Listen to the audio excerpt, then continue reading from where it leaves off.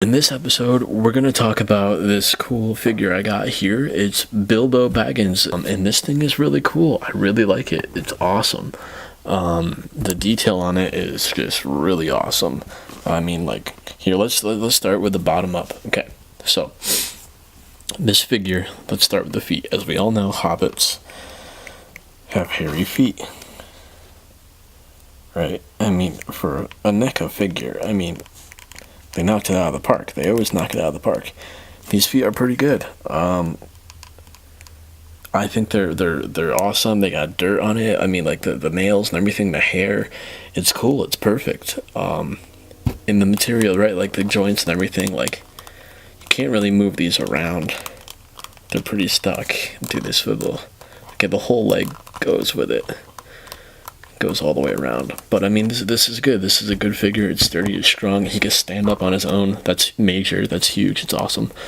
And then the torso. For the torso and the pants, right? The torso and the pants, we got, let's see the movement here, right? So, not that good. Kind of hard to move. Not that much movement, but it's okay. The pose he's in is good. The movement and the legs are good. Okay, so this bends a little bit here, but I mean, you don't really want to move it. I mean, this pose is ideal. I like it a lot.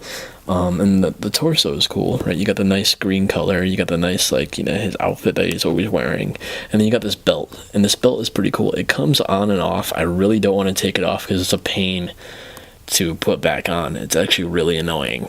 And I wish it fit down here more. That's something I don't like about this figure. That's a complaint I have about this figure. Yeah, this doesn't fit him, so it's got to go up high on him, and it just looks kind of weird. But it should fit him like under here, so you could tuck it under, make it look a little nicer.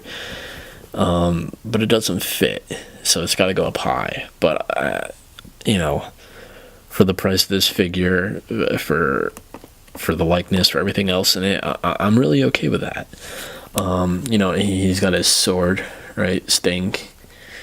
And the sword's pretty cool. It's good. It's a little tiny bit curved. I mean, I've seen a lot worse of these, like, plastic swords and weapons that come in with these figures. I mean, a lot of them are usually warped, especially in these Lord of the Rings figures and the Hobbit figures. But I really like how this one is pretty straight, so I'm okay with that. And his arms bend, you know, there's a joint right here, so it's got good bending. And oh, this one's a little stiff, but yeah, this one's good too. And then up here as well.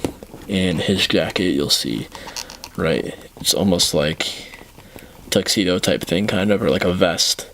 Right here, so his arms could move without the restriction of this material, which is cool. I like that, because when his arms are down like this, you know, you don't see the seams or anything, or it doesn't look bad. It still looks good. It still looks like a solid figure.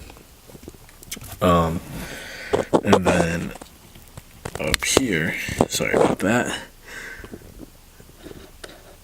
Up here, right, his face. His face is good. I like the likeness. It moves around. It's a really good figure. There's not that much movement, but you know, it could turn just enough. You know, his face is all right. It looks like what's his name, Martin Freeman. It looks like him, but you know, it could have been a little bit better. But you know, I gotta give it up. NECA takes care of their products. They knock it out of the park all the time, and I love it. I love this figure. The back is pretty plain, but I mean, it's all right. What else do you want to do? You can't see if like his clothes continue around back there, but nobody's looking back there. And then the bottom, you got peg holes, which is, you know, if you want to stand your figure up on a stand or on a base, you got that. It's pretty cool.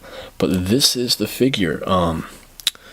Yeah, no, I really like this figure. I love Lord of the Rings. I love all this stuff, and the second I saw this thing go pretty cheap online, I got this for $20 online on Amazon.